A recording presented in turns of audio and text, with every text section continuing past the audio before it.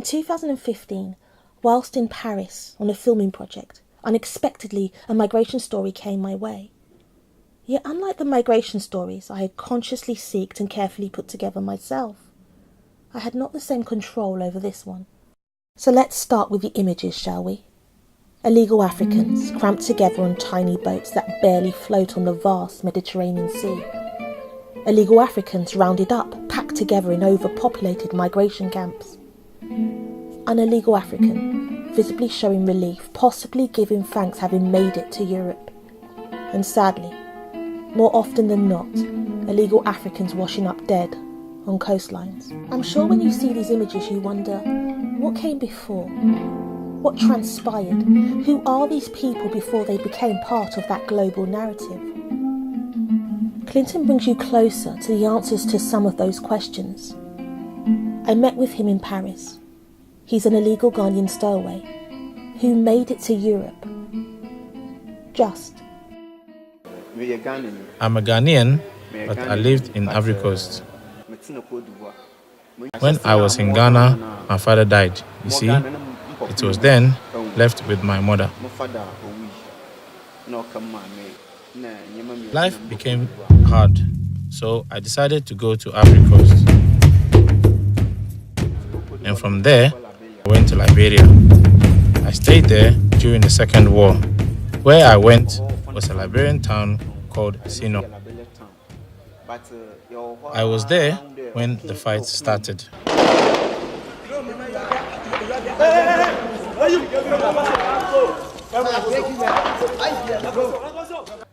Finding food to eat was hard. Because of the war, I had to travel to a nearby village to find food to eat. In the village, I found a lot of people who had been killed.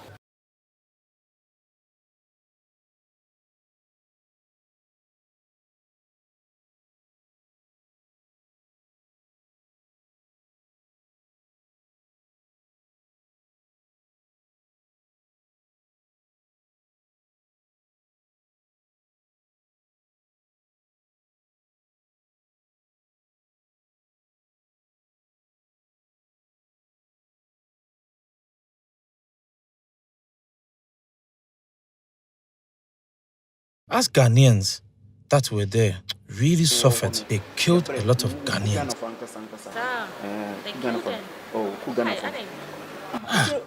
Everyone wants to survive. You understand? You could be sitting down and the soldiers would come. If they could see you had strength to fight, they would give you a gun and you would go and fight with them. You don't have a choice. If you resist, you will be killed there and then. They even cut off women's heads, drinking the blood.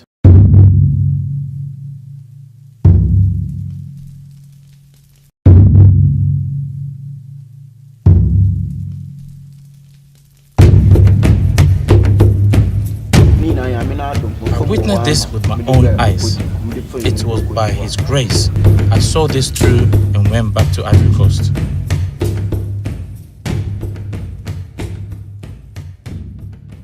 It was the year 2000 and the fight started in the nearby villages. In 2001, the war was still going on, through to 2005, when the country became unstable. In 2008, the war was at its peak, which was the same year my mother also passed. Bagbo soldiers would just come and start shooting people. If they come to your room, they would just start shooting, killing everyone they find and take their belongings. Me, I was forced to join the army. You see, involuntarily, the Bagbo soldiers took me to a camp and I was fully trained to be a soldier.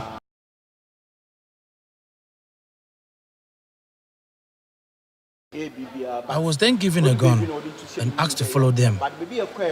Where we went was near the Ivory Coast Mali border.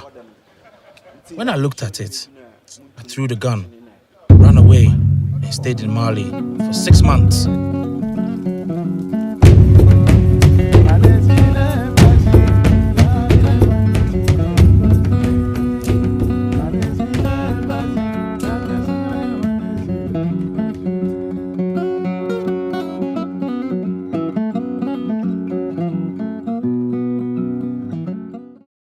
I never had a place to sleep, only in the evenings. I would roam around in the mornings.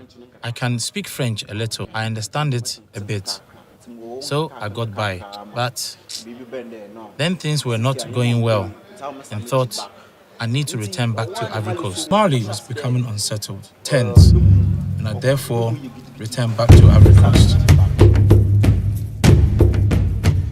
When I got back to Ivory Coast, I found that they had bombed everywhere. I couldn't find my wife, nor my siblings, but found some old friends. We all didn't know what to do. I myself had nowhere to go. I could not go back to Ghana, as I had nowhere to stay there. I had lived in Ivory Coast for a long time, like 10 or even 15 years. I thought then, well, let me take a boat.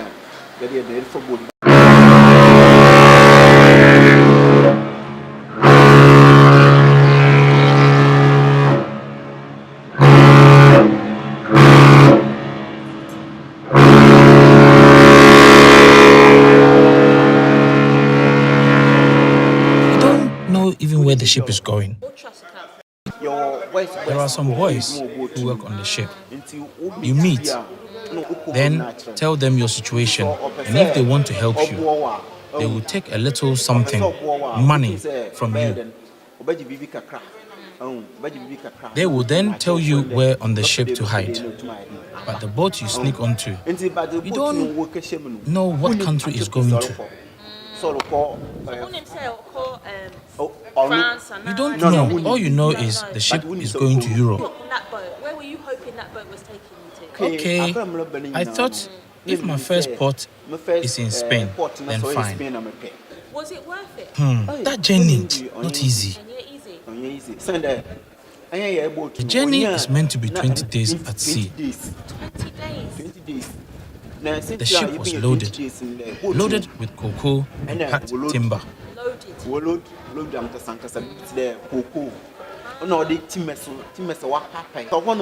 That is where I hid. In between the timber, there was no space. Just a tiny amount of space. For 20 days? Stand there like this. Stand. Standing? Yes. We were trained like that.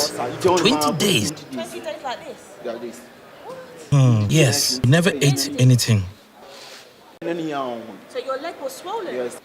On the 15th day, we were caught. At this point, our legs had swollen so bad. When they caught us, they shined the torchlight in our faces.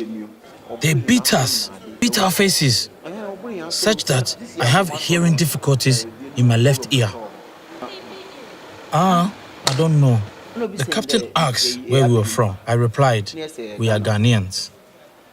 Captain then said, if you're Ghanaians, then how come you boarded at Ivory Coast? He then went on to say, if we don't tell the truth being that we paid money, but if we had told the truth, then the people working on the ship would be in serious trouble. So we said, we never paid money. You understand? You didn't pay the money? He asked, how did we get onto the ship? I replied by saying, we targeted the ship, of which he then asked, how? Because the ship had intense security. You're a human being, and by all means, you can't stand in one place for 24 hours. You will doze off, even if it is for 2 to 3 minutes, and by that time, we have passed you and onto the ship. After my explanation, he said, if you don't tell the truth, we will be thrown overboard to the sharks. With our feet heavily swollen, we were placed in a real small cabin. They put you in a room? Yes, small room, and locked us all in. They locked you in a room? All locked up.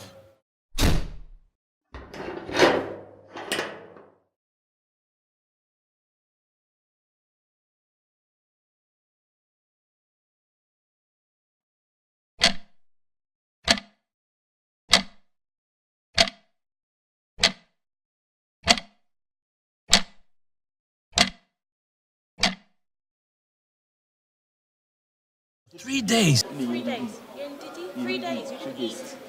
Never ate. No water, no food.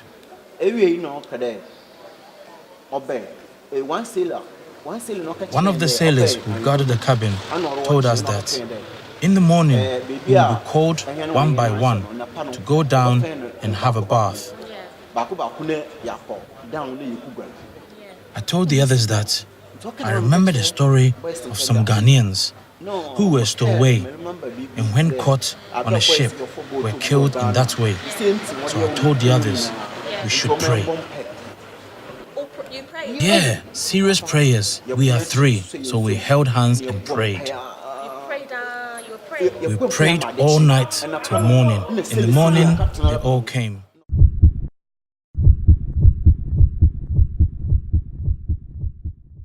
Unlocked the cabin. The captain looked at all our faces, 3 in total. Looked at your faces. He told one of us to come, You come. and I said, that's not going to be possible. I told the captain. You told the captain? Yes, he then asked me why, and I still said no. It was just not going to happen. The captain persisted to know why, and I said there's no law that says we should come. Whatever needs to be said can be said in front of everyone. What did you feel he was going to do to you? I knew they would kill us. To kill you? Why? Well, that is their mentality. The captain was a Russian, and sailors, some were Russian and some were from Philippines. One of the Filipino sailors saw us hiding on the ship and never said anything at the time. So when the captain called us one by one, the Filipino sailor signaled not to go. That gave me the confidence not to go with him. But where did you get that spirit from? I prayed and said to God, You think God? Yes. it is only you who can do something. As without him, I am dead. I had gone through so much, and it was not with this situation that I would die. I was in Liberia and saw death. You've seen death. Ivory Coast and saw everything. And I still lived. So this situation I found myself in was the 3rd time. Well, I was not scared. I knew that if death was meant to be, then I was ready. You were ready for death? My strength in that situation cannot do anything because there was only 3 of us and 20 of them. So if they decide to kill us, well, all I could do in that moment was pray to God. I'll ask you a question. You see what you've seen. You think it was, and what you experienced, you think it's worth it? It's not easy here. Now I have nowhere to sleep. Yes, it's true. Where do you sleep? Right now, you find me standing here. So around 2 a.m., if I find anywhere to sleep and it looks okay, I just sleep. In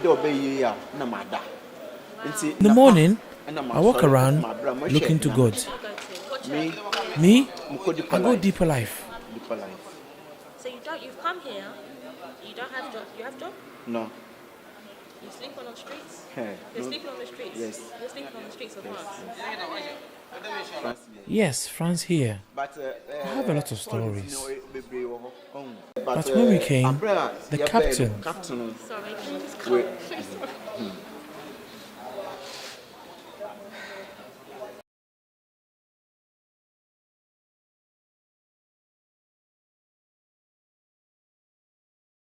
So we're talking about, you want to talk about the captain a bit more, yeah? when the captain called us to come one by one and I refused, I also told the captain that if he wants to kill us, he should do so now. They all just left and locked the cabin. After 2 to 4 hours, they came back. The captain just stared at me and asked me, "What religion are you?" I told him, "I'm a Christian." He said that the God who follows me is awesome. He then asked me whether we had eaten, and I replied, "No." "For how many days?" he asked. And I said, 18 days today. So he ordered the cook to give us something to eat. We were also given tablets to take when they saw our feet. But something told me not to take the tablets. One of the boys took the tablet. The other boy followed.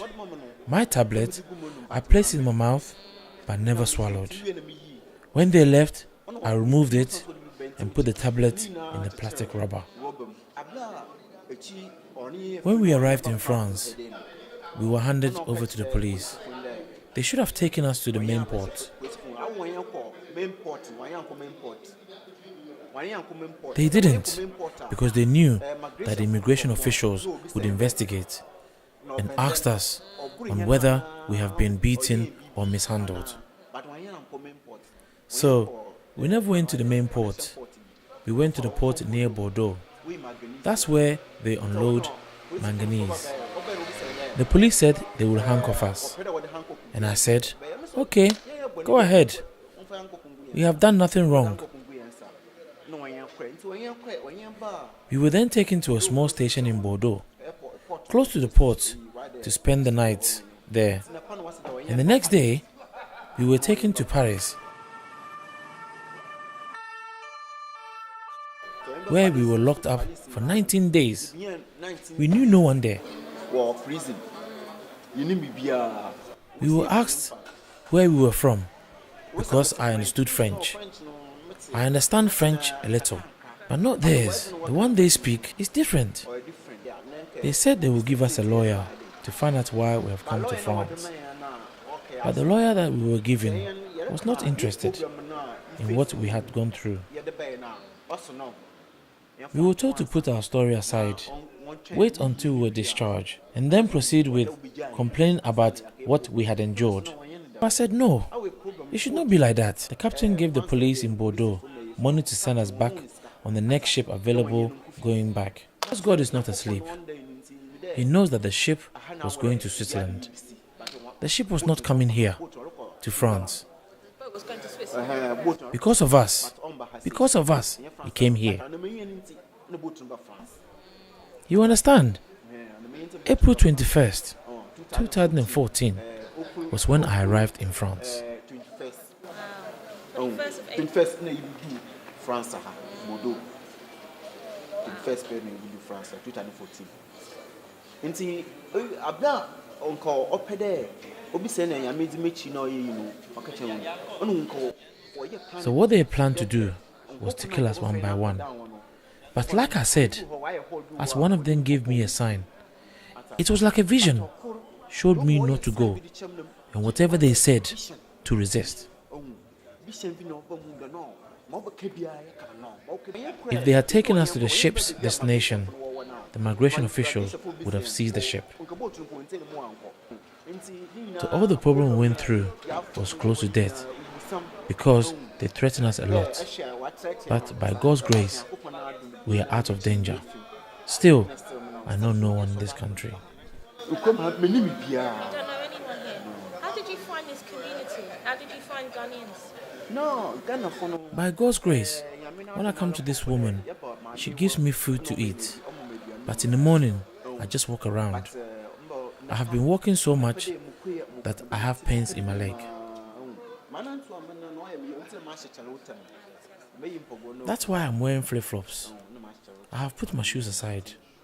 I don't have a proper place to stay. You don't have somewhere to stay? No. If I said I did, God will know I was lying.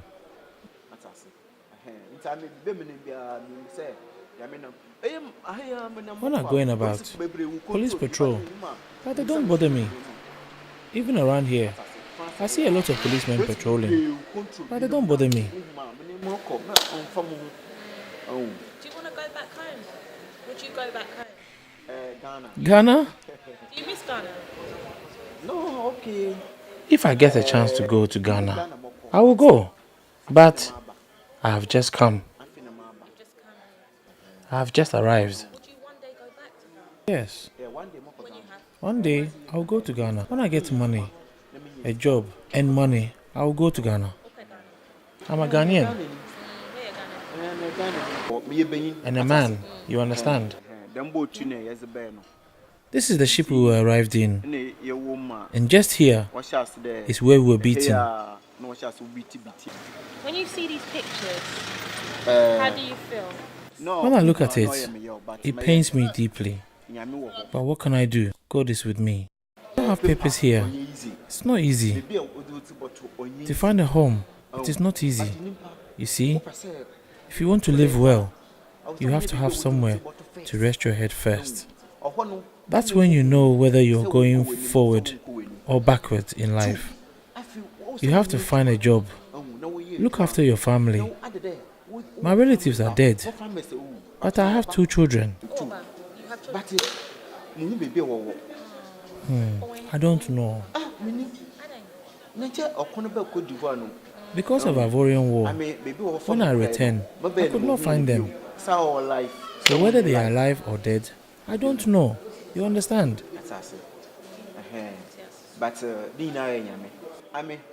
Me, I never went to school. Only a little. Not too much. I believe in God 100%. Even if all my clothes are torn, I have God. I like it. I'm happy. If you don't have God in this world, you are nothing. If you have all in this world and not God, you are nothing. Me, if God said today, your time is up, then